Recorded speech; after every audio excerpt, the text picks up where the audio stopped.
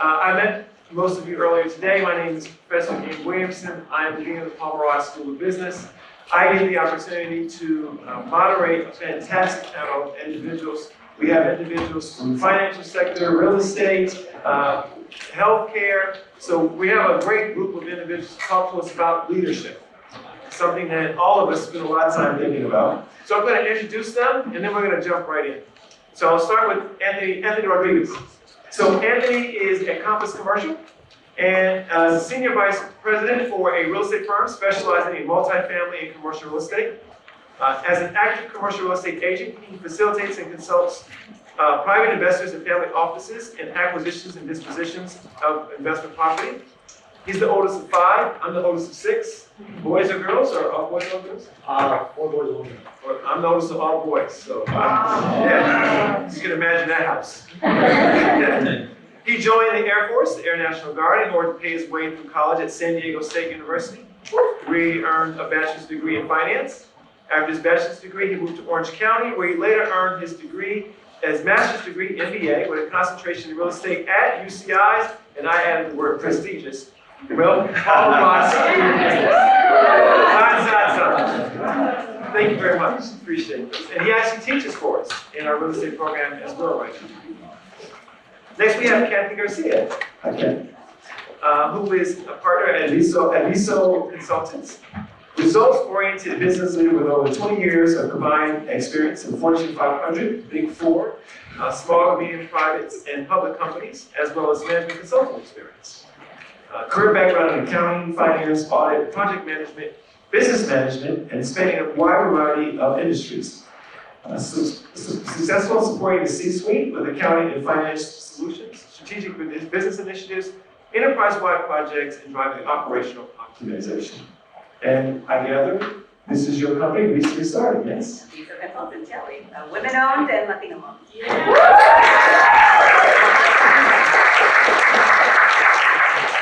Then we have Mr. Gary Acosta, who's the co-founder and CEO of the National Association of Hispanic Real Estate Professionals. Thank you, Gary.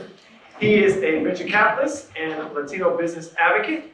He has recently hosted the Latitude event, which was held in San Diego, which drew over 6,000 Latinos to discuss Latinos in the U.S. as a powerhouse of buying power, political capital, and innovation. That's nice, but the highlight of the conference was Mr. Acosta had the great privilege and honor of interviewing President Barack Obama on stage.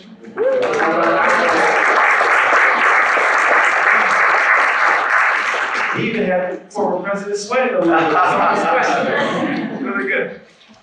He was recognized by Realtor Magazine as one of the 25 most influential people in real estate, and Hispanic Business Magazine named him one of the 100 most influential Hispanics in America. Thank you very much. Last but not least, Carlos Herrera. Carlos is a senior manager of marketing operations at Medtronic. Carlos leads staff optimized product launches and customer communication approval. He leads high visibility strategic business critical projects that impact global health conditions. Thank you very much. Yeah. Now there's a lot of different ways in which you can take a conversation on leadership. Right now, there are so many different challenges that organizations are facing. Technology, demographic shifts. We can talk about the economy all day if we wanted to. Maybe if we didn't want to cry, we would talk about the economy all day. Obviously, things about diversity. And I'd just like to start with a very open question, and then we'll drill down. Thinking about the various things that are impacting organizations right now, whether it be your organization or perhaps your clients. What are the things that you find most exciting or perhaps most daunting about the current business environment and the role that leaders have to play? So that's a very broad question, and you can take it wherever you like. But I think just looking at the environment and what leadership is required today, where would you position yourself? What are you focusing on? Anyone want to start with that? I'll start. So I think it's a great place to be right now, especially for Latinos. We are the fastest growing population in the United States. Can we celebrate that? More than ever, businesses are paying attention. They want to know, how do they market to us? What do we buy? How do we buy? What are our buying habits? What are our product loyalties? They want to know how we think, how we feel, how we act. They want to know everything about you. So right now is a pivotal time to be a part of our community and to volunteer to be a leader in any capacity that you can, because we have a voice. We've always had a voice, but people are paying attention to the voice a little bit more now. So utilize that voice. Be a leader in any way you can. Just coming here today, I mean, this is much more initiative than some students who might be taking naps right now or something like that, right? Or doing something extracurricular. So take the opportunity. Know that people want to see you. They want to hear from you. And take that opportunity. Just go for it and be a part of it. Please, Ellie. You have been in healthcare. Can you hear me? Yeah. So I will need, I have been in healthcare for about 15 years plus, and I tell you, it's very humbling to see the technology that we have in order to make a difference in people's lives. And I can tell you also that one way on how we can thrive in leadership and what we need today is healthcare. So that was so great to hear Dr. Ramos this morning about our well-being. We wouldn't be here if we will be sick, right? We will be at home recuperating. So we wouldn't be here and we will not have the ability to work in the different areas that we work if we will not have the energy. I truly admire people that have some healthcare limitation and do not have any constraints about achieving their dreams. I have been in hospital systems with Johnson & Johnson, General Electric imaging equipment, as well as Thermo Fisher Scientific in next generation sequencing for DNA, a very exciting technology. And I tell you something that is critical, take care of your health. That exactly is what motivates me as a leader, because I know that if I don't take care of my health, nobody else will. I am responsible to what I eat, to what I do, what I exercise, my choices. And the problem with the human body is that we don't have the effects of the bad decisions immediately. It takes years in order to have an effect. I have been more recently in the diabetes therapy, which is actually 80 million people, imagine that. Disease doesn't recognize race. However, there are some that are more prevalent in one versus the other. But I'll tell you something that we have to be grateful to and have that knowledge around what works for you from a healthcare perspective to be well. I'm grateful to be healthy, and certainly I'm sure you are as well.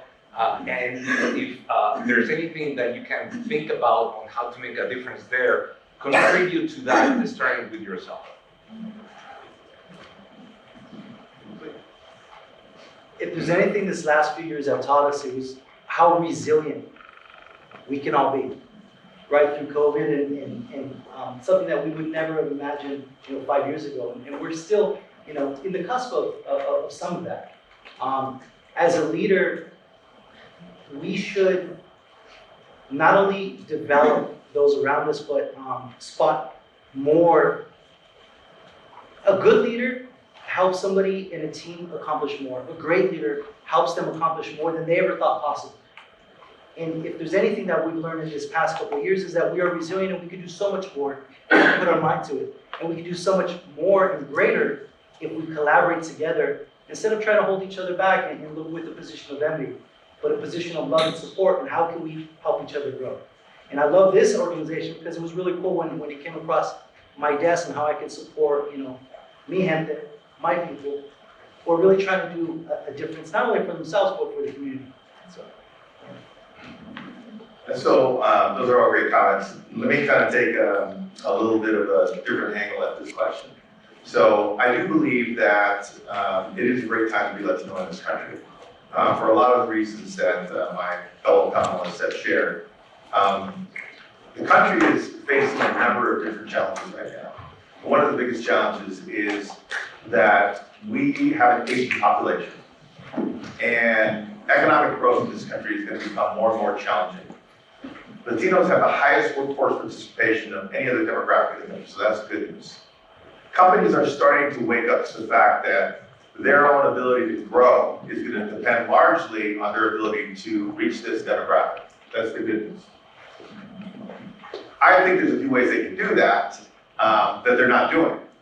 One of the ways is to have more Latinos in the C-suites and in the boardrooms of their very companies. Everybody wants our business. Not everybody wants to share power with us. That's one of the biggest challenges we're going to have to overcome. I'm just going to give one anecdote to give you an idea of what it's going to take to change that. I run an organization, a real estate organization called NAR. It's a 22-year-old organization. When I started the organization 22 years ago, I went and visited almost every major company servicing the real estate sector.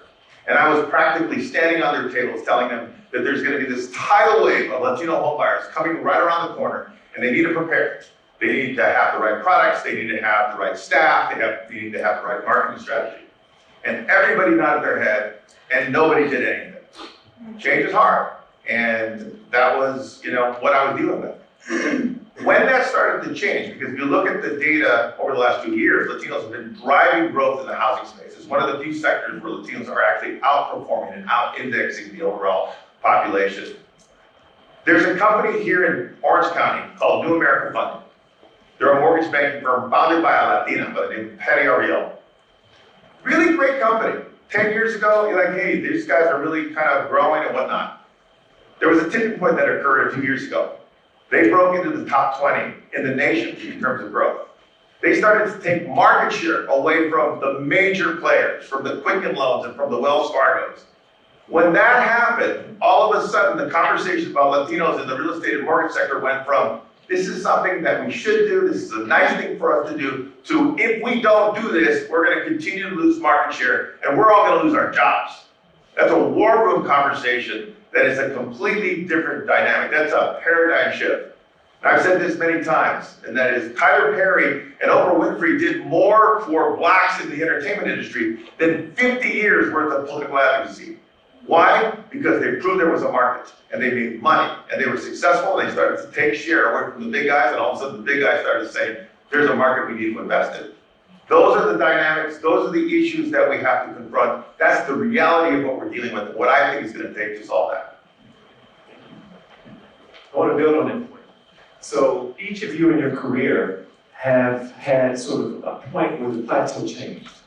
You did something, maybe it was you left a company to take a new job, you started an organization, you founded an organization, and inherent in that was a belief that something good could happen, but there's also a realization that nothing could happen, right? And we were just, Kathy and I were just talking, and she was saying she left to form her company, and it dawned on her, wow, this could be great, or I can make nothing.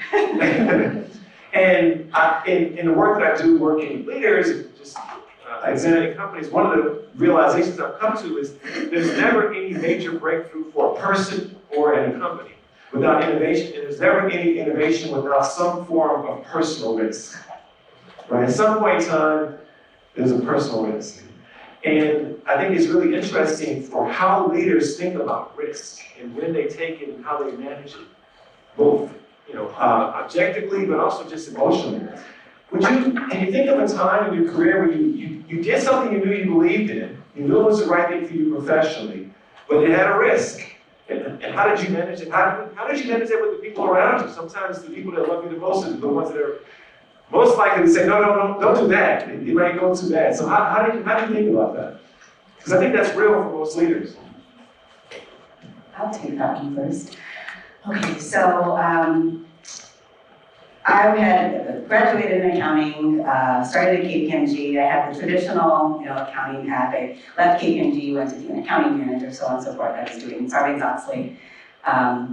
And then I was involved in Alpha. I know there's some Alpha members here, right? So I was involved in Alpha as a volunteer, just like you were. I was on the LA chapter board, helped start the Orange County board, and I got to know the CEO back then of Alpha very well. He asked me to come work for him, to come work for Alpha. And I told myself, I'm an accountant. Like, you run a nonprofit, I love Alpha. I love being a member of Alpha, but I do accounting. He wasn't asking me to come be the controller of Alpha. He was actually asking me to come help him run Alpha, help him grow. There was, I think, 2 employees at the time. He wanted to be like 10, 15 employees. increase the programming, create some synergy from all the chapters, there's 50 chapters. So I told him no for probably about 6 months. And being the persistent CEO that he is, and that didn't last long for him, right? He didn't give up. That was a scary thing for me because I'm thinking, I have this career path, this is what I went to college for. I'm doing well, I have a salary, you know, I'm moving up the ladder, I'm a senior manager now. Do I really want to stop my career and start working for this nonprofit where I'm not even doing accounting anymore? Like, what am I going to put on my resume? What if I leave this place? Like, who's going to hire me? So I thought about it a lot, but I had a passion for Alpha. I loved being a part of the organization. I'm second, you could probably consider almost third generation because my grandparents were young when they came here on both sides. But no one in my family, my parents didn't graduate from high school. So it was a strong passion of mine to, educate more young students on the opportunities that are out there, different career opportunities. Fast forward, long story short, I eventually told him yeah, and I ended up working for Alpha for 5 years. That was such a pivotal part in my career because it opened up doors for me to meet people. The corporate advisory board of Alpha are, head of diversity of JP Morgan Chase, head of diversity of Goldman Sachs, head of diversity of supplier programming from Walt Disney Company. I mean, I knew all these people personally now as friends. They were, and one of them actually, when I decided after 5 years it was time for me to go back into accounting, he helped me get a job at Disney. The man is not an accountant, he's not a CFO, he knows nothing about accounting. He never saw me do accounting at Alpha because that wasn't my job. But he knew I was dedicated, I was motivated, I was reliable, that I had the right energy, and he vouched for me talking to other business leaders in Disney saying, you should hire this person. And my network exploded after having that role. I mean, it was something that was a pivotal point for me to realize the value that networking can bring and the value that having people in your corner can bring. Doesn't matter what they see you doing. No one ever saw me doing accounting, but he knew he could vouch for me no matter what role he was going to support me for. So, Thank you, that's a great example. I relate to that. You're using my course. I relate to that, and I think it's around confidence, right? Sometimes there's people that believe more than yourself in yourself. I mean, that's exactly what you described. And it is also your turn, it will be your turn to do the same, to believe in someone more than themselves. Because when we connect is when we enrich with each other. And that's exactly what I see happening here. I've seen it through the years. I thank everyone for doing that connective tissue that I call it. In my career, I started with mechanical engineering in the defense industry, very technical, and I love it. It was Lockheed Martin, and I had a top secret clearance. I'll tell you a quick story there. As you can tell, I have an accent. We were talking about accents earlier. It never bothered me before, but when I was speaking one of my technical dissertations there, I was challenged. I said, what is your clearance? And it was because of my actual accent. And I actually was very grateful for that question because that person was doing his job. I didn't take it like, oh, you're putting me down, or, oh, why are you asking that? Maybe my badge was not visible because there's a clearly color for the top secret clearance. And it made a huge difference in my experience. So I invite you that either could be accent, it doesn't matter what it is, but ask yourself, what is holding you back? We all have something that holds us back in that confidence that is needed to excel. This is an excellence discussion and conference. What is it holding you back? Think about it. The answer is in you, inside. It's not outside. And only you can answer it. Because when you answer that question, it is when you can actually go and achieve greater things, as you described earlier. So when I was in that technical career, my boss, I had a lunch, it said, Carlos, I think I was looking for a master's, and he said, you should go to the technology management here, that was in the East Coast, at the University of Pennsylvania, the Wharton School. And I never crossed my mind, to be honest with you. That lunch changed my life. I tell you. And it was a 20-minute lunch. The same happens here. A lunch discussion can change your life. So be open to that message. And also be open to deliver that message, because it's a give and take. And that's exactly when I joined after the program, General Electric, and there was a transition with aircraft engines.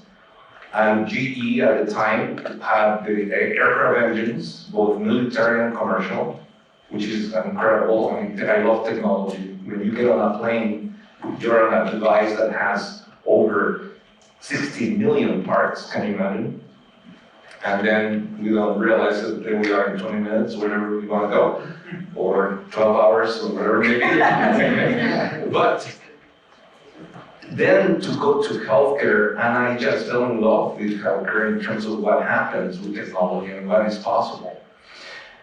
I run 10 different sites around the world in Johnson & Johnson, and that shift was very risky, just like you. Someone trusts me and have faith on me because of what I have done. And someone said, you can do more. I'm gonna bet that you can. You have to take that bet yourself. And you have to take it personally. Because if you don't, no one else will. If you don't believe in yourself, no one else will believe in you. As simple as that. You have to actually go and make sure that you can shine. Your heart, passion, people can see it, and then you can go and do greater things. You can do, and it's risky. It doesn't feel, it's actually, oh, this is a huge different area. This is much larger, it's global. It's 500 people now, working with more people. But that is exactly what it's about. It's climbing and shining and giving your gift to the world that you're called to be.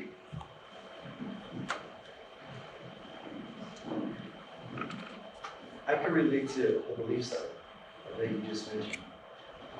Thank you for sharing. So around 2014, I graduated FEMA in 2014. On the outside, I was actually in the Air Force. So I had a master's sergeant, still a master's sergeant in the Air Force, but at the time I was still working in the Air Force. That's how I came to work through school. If you retire as a master's sergeant in the Air Force, that's a pretty good spot. That's where a lot of people retire. But at the time I was in about 16 years, or actually a little bit less than that, about 15 years.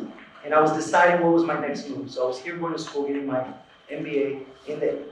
During the day, I know those long days, and for those of you who are FEMA, I was trying to make it as a commercial real estate broker, kind of early in my career. And so when people were asking me, what are you going to do when you graduate? A lot of my friends went the corporate route and interned and kind of went that route, and I could. And one of the reasons I pursued my MBA here was because I wanted to be at the big boys table. In my mind, I didn't have the right pedigree to deal with the big time investors. I didn't have a master's degree. I wasn't over 6 foot. I wasn't white, and I didn't play college sports. Now that sounds funny, but that was the story I was telling myself. That was the story I told myself. You see, the most crucial conversations are the ones you have with yourself. The most crucial conversations are the ones you have with yourself. And that's what I was telling myself. And it sounds kind of funny, but I actually attended a Tony Robbins event, Unleash the Power Within, around this time. And anybody attend Unleash the Power Within, Tony Robbins? Or heard about that you actually walk on fire? That's 100% true. I walked on fire. And the point being is, not that you walk on fire, the point being is that our mind really controls what we can accomplish because the story we tell ourselves. So they get you all psyched up and they put hot coals and you believe it's wet grass, for a brief period. You can't jump over it, it's a little distance, trust me. And you walk across it with the belief, knowing that, like, if I could do this, I could really do anything. It was around that time that I realized, like, you know what? I was already self-employed at that time, kind of like back and forth, trying to survive and make it as being self-employed. But it wasn't until I changed my frame of mind and realized that I belong at the Big Boy Stable. I do. And it wasn't until I changed that shift and had that conversation with myself that I made the leap to say, you know what, I could get a corporate job, but I'm betting on me. I'm betting on me. And, having a degree in my family is a big deal. On my mother's side, I'm the first son in the family to have. On my father's side, I'm the third. I'm the oldest of 5. I'm kind of the patriarch in certain versions of my family. But what I realized is you have to be uncomfortable. You have to be comfortable being uncomfortable. And it's only that way that you grow. And again, the story that you tell yourself every day, every morning, when you feel like there's something's pushing against you, and when you find an obstacle, either you're going to go around it, get over it, or go through it, right? But that was the kind of mentality I had to shift. It wasn't until then that I had the tipping point and my career really took off. I made a bet with a friend of mine after that Tony Robbins event. He was my business partner. And his name is Chris. He was my mentor at the time. And I said, Chris, I'm going to crush it this next month. The month of November, I'm going to crush it.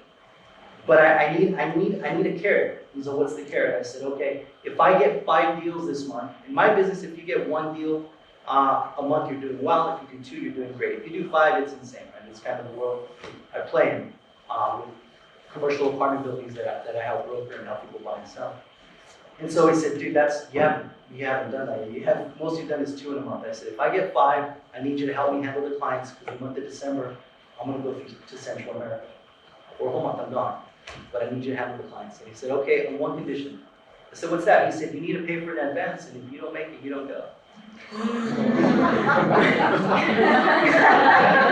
How's that for believing in yourself, right? And it wasn't like I had some of the funds where I could just spend the 6, 7 grand and be good. So I said, okay, game on, let's do this. So it was a struggle, but I did it. I made it on December 1st, my flight left December 5th, and on December 1st, I completed 5 deals, went through Central America, celebrated New Year's on Manuel Antonio Beach in Costa Rica.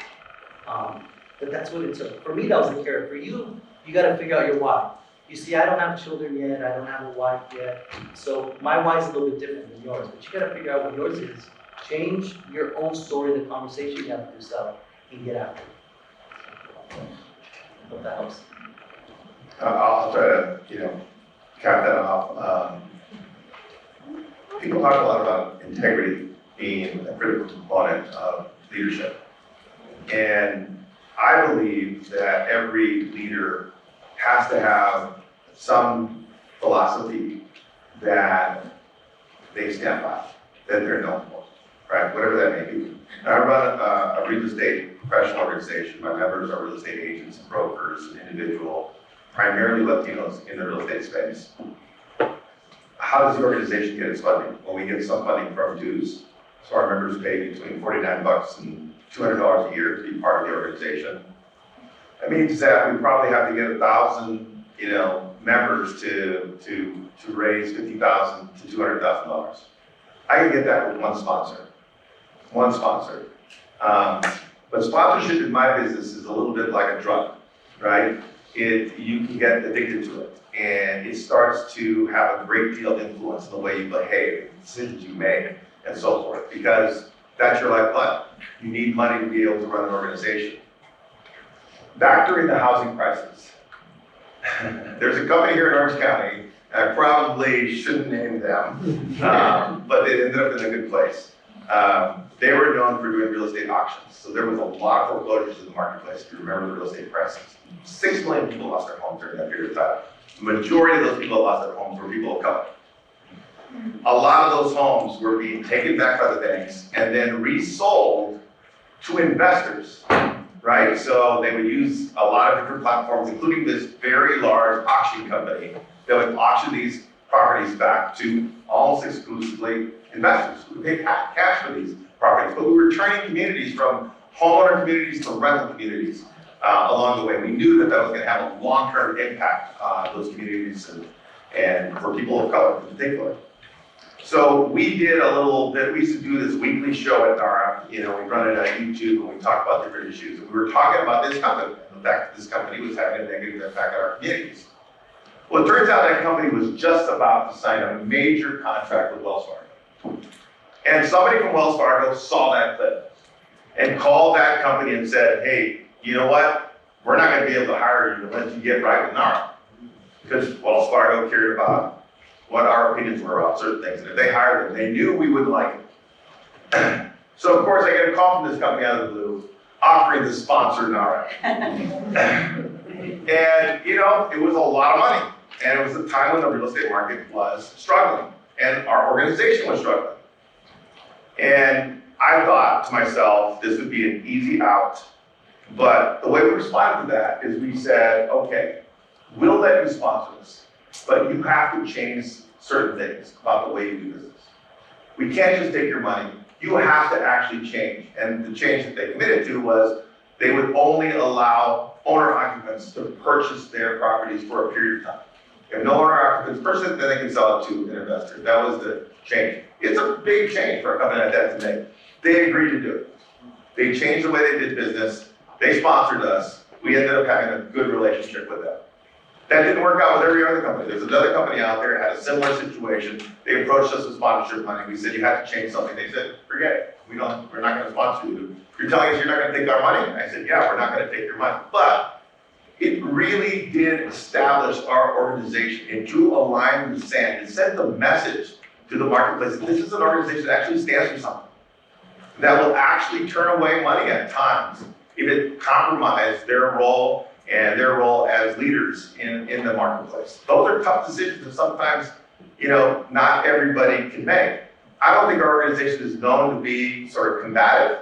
I don't think there's other organizations that are, kind of what I call flamethrower organizations. That's not us.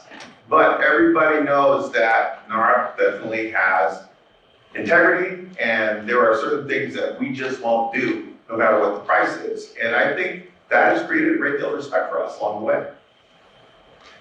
Someone earlier today mentioned something to me. They said power unused is power abused.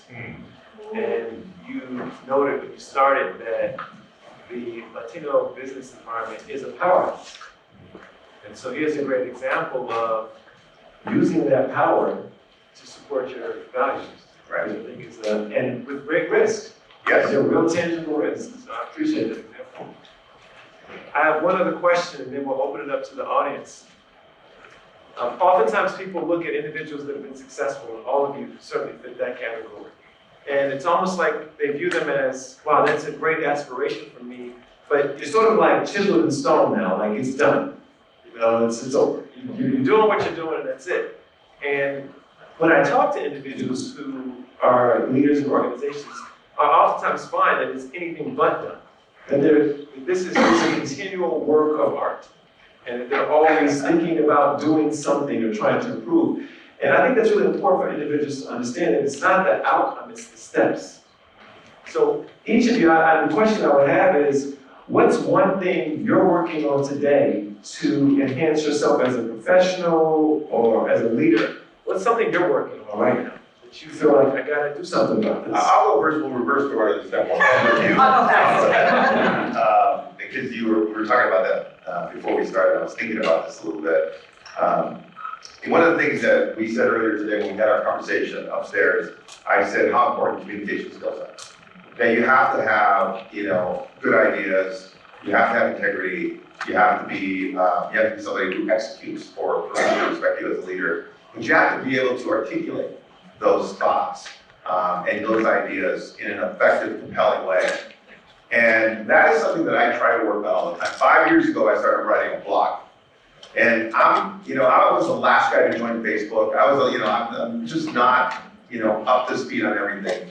But I saw writing a blog consistently and every week as an opportunity for me to hone my writing skills and to organize my thoughts.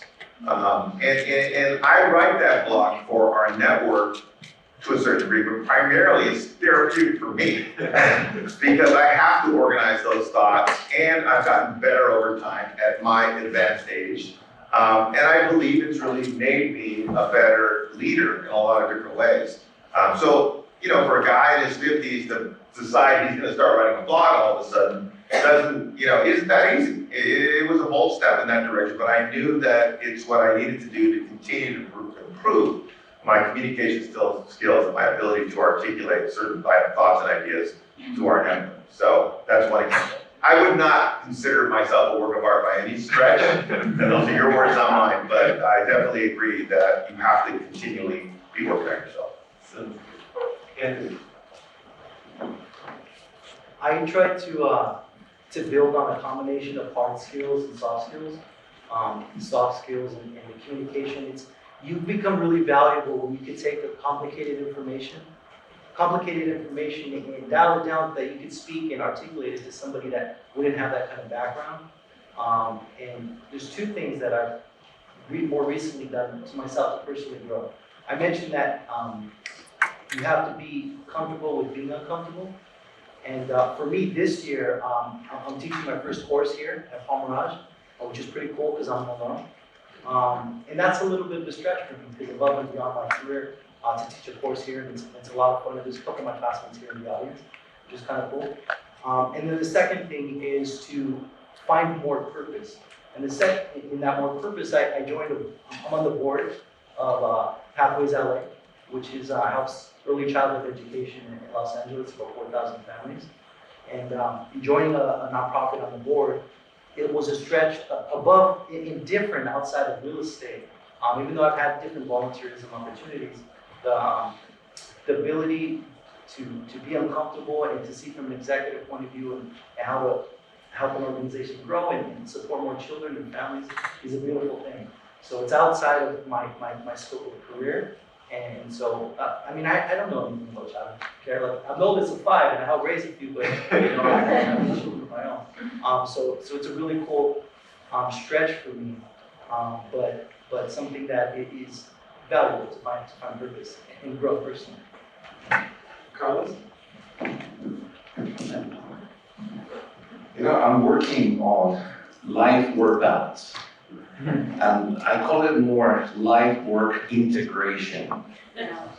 Because when we talk about balance, it's like you have two different things. And unfortunately, that's a problem that myself have fallen into. That I am driving one area and then I neglect another one. And that's just simply not acceptable. If I'm a leader at my work or what I'm doing, I should also be a leader in my community. My church, my family, whatever it may be. And I learned that it's not easy. It is easier to take one piston and drive that piston because you're comfortable and and you just drive it and you're good at it and they encourage you, yeah, Carl, you can do it. But that's not success for me. So I invite you, certainly I will never be over in this work in progress until the day I die. And it's a quote that I love, to grow is to change, and to become perfect is to change often. So you continue challenging yourself and see what is it that needs to happen next. Because I guarantee you, the moment that we have that area of, okay, I did it, I made it, we're fooling ourselves. Alluded to what you were saying earlier, that comfort level. So I think also the pandemic has helped on this as well, because integrating all these different activities, right? Because it makes it possible to see that we need to be more integrated in that area. And the other thing I want to mention briefly is regarding on what you're growing, is paramount that you identify whatever that may be, but focus on your strength rather than any weakness. And define success by yourself. Don't let anyone define your success. Success has to come also from the heart. And don't let anything define anything. The title or the car, those things get rotten. So the phones get really obsolete more frequently now. You can buy the next one. So don't let define anything of that. It has to come from inside because that's what is going to define success for you. So success is unique to you. And no one will know what success is, only by you, because there are some internal successes that happen. And again, back to that comment, that is not only work, it's not only school, it's your whole life of what that is. And you will be fully satisfied. Okay. Thank you.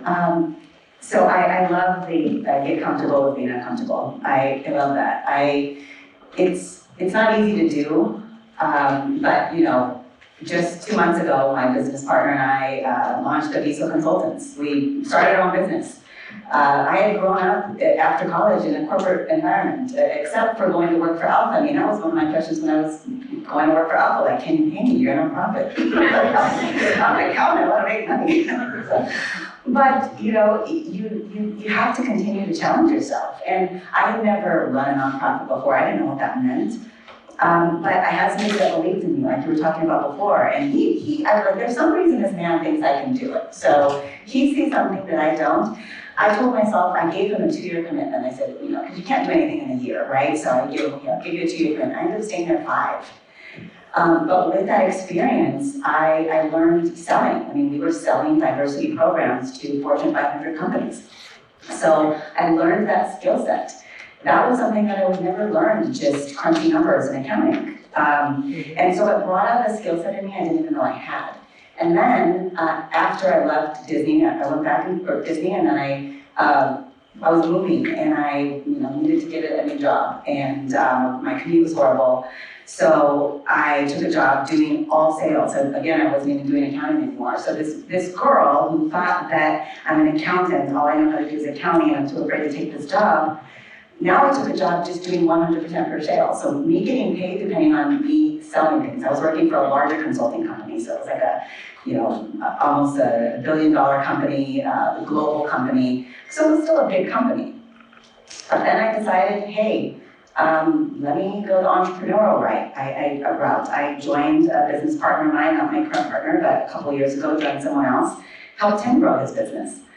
And that wasn't comfortable for me because before that I was always working for larger companies doing selling consulting.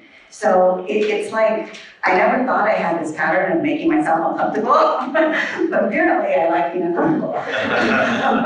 So, launching this business with my business partner, launching Aviso, it's something that I never thought I would do 20 years ago. Because when I got my degree in accounting, my dream was I'm going to climb up the corporate ladder and, be a CFO or be a VP of finance or something. And that's okay. I mean, it's not like there's anything wrong with doing that. It's fantastic.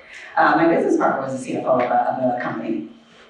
But just keeping your options open to what other skill sets can you build. And just like Anthony was saying, it doesn't have to mean that you change careers or do different jobs like I did. It could be being serving on board, where it's not your subject matter expertise. It's just constantly challenging yourself to what can I learn more about myself and how can I utilize the skill sets that I have inside me that maybe today I don't even know I have.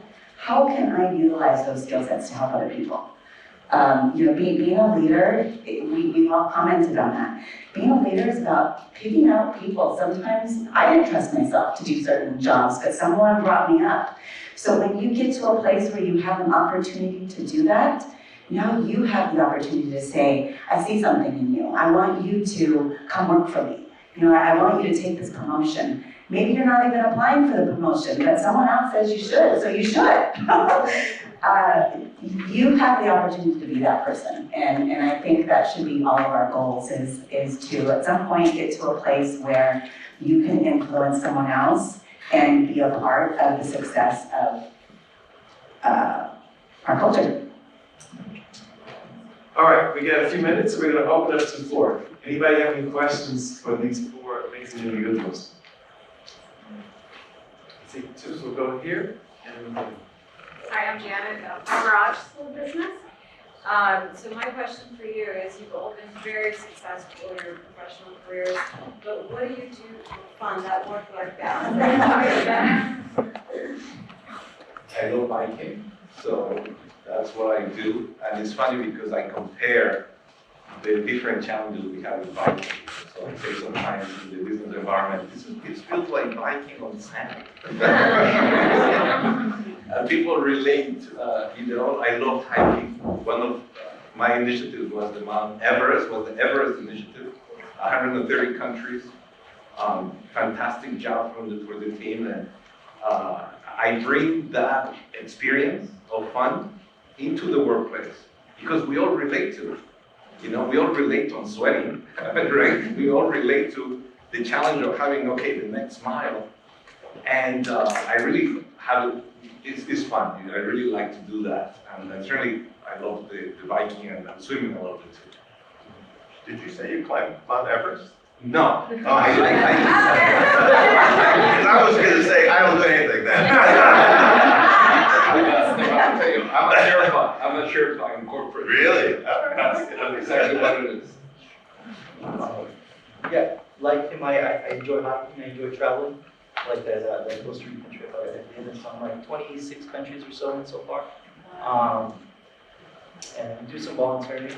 I dance salsa and bachata, so I'm out there if you ever may run into some of you at some point. I'm a huge Dodger and Laker fan. Oh, there. If Yeah. you're a Padre fan, who's the exit? Yeah, I want to San Diego It's okay, State. it's all good, right? So I want to San Diego State. It's a big mix between us and my friends. And so it's a lot of fun. Yeah, it's involuntary. I really enjoy honestly, volunteering and spending some time with family and some really cool stuff. I'm the only Dodger fan in my household, by the way. Smart man. My kids won't talk to me right now. I said, I grew up in LA, what do you expect? No, I'm a big sports fan also. That's my passion. Fortunately, I have a son that's playing college basketball right now, so that is my part-time job right now, following his games and just enjoying that moment.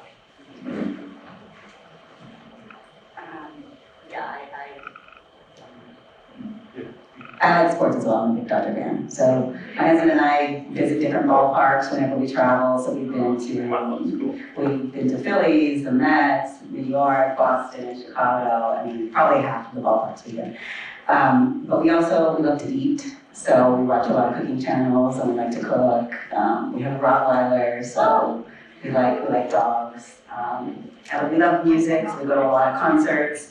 And philanthropic realm has always been a passion of mine as well, so I like to volunteer. Thank you. I made a question here in the middle. Hi, my name is Jerry. I am part of the Fully Employed MBA program. My question is for anyone that wants to answer it. Everyone knows that mentors are a huge part in our career progression. And I just wanted to see if any of you wanted to share your process for seeking out a mentor, like how you go about it, or if you've done it before, like what you did. I know I'm in a situation right now where I'm looking for a mentor and trying to find that right way to do it. Still struggling with it. But I just wanted to ask. I'll answer that one. It was actually part of my participation grade for the class I'm teaching is requiring that the students reach out to a mentor they didn't know over the course of 10 weeks. And when I was a student, I did it on my own. There's a book called Brokers Who Dominate. There's a chapter written on a guy by the name of Dean Zander. He sells like $200, $300 million properties. And so I cold called him about 3 or 4 different times, and I cold emailed him, and he finally responded, and I had lunch with him. My advice to all of you is you have an amazing resource in the fact that you have a .edu email address. A .edu email address has a lot of weight. If you just reach out to somebody, you have prepared questions, and you say, Mr. and Mrs. So-and-so, I'm looking to get into your field, and I just had some questions about your career. Could I spend a few minutes with you? Most people are going to respond, and even if they're busy, you try a couple times, it's okay. You can reach out to them, and it's all right. Most will reach back to you because you have a .edu email address. Use that. Use it and just say, and be prepared. Just have a few questions, and they may lead to be a mentor, but you don't know unless you have that conversation. And it's okay if you don't know them off the bat. If you don't know them off the bat, then find somebody who does and have that introduction. That's the easiest way. But don't be afraid to reach out to somebody that you don't know. At any company you have an interest Blue sky thinking, literally anywhere you wanna work, in any firm, in any process, in industry, go for it. You have nothing to lose. I'm mindful of time, so we may need to end it on that.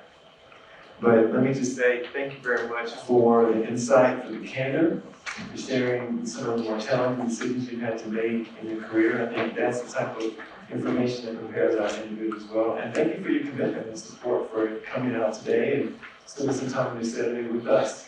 So can you please all just recognize our panel and thank you for all that.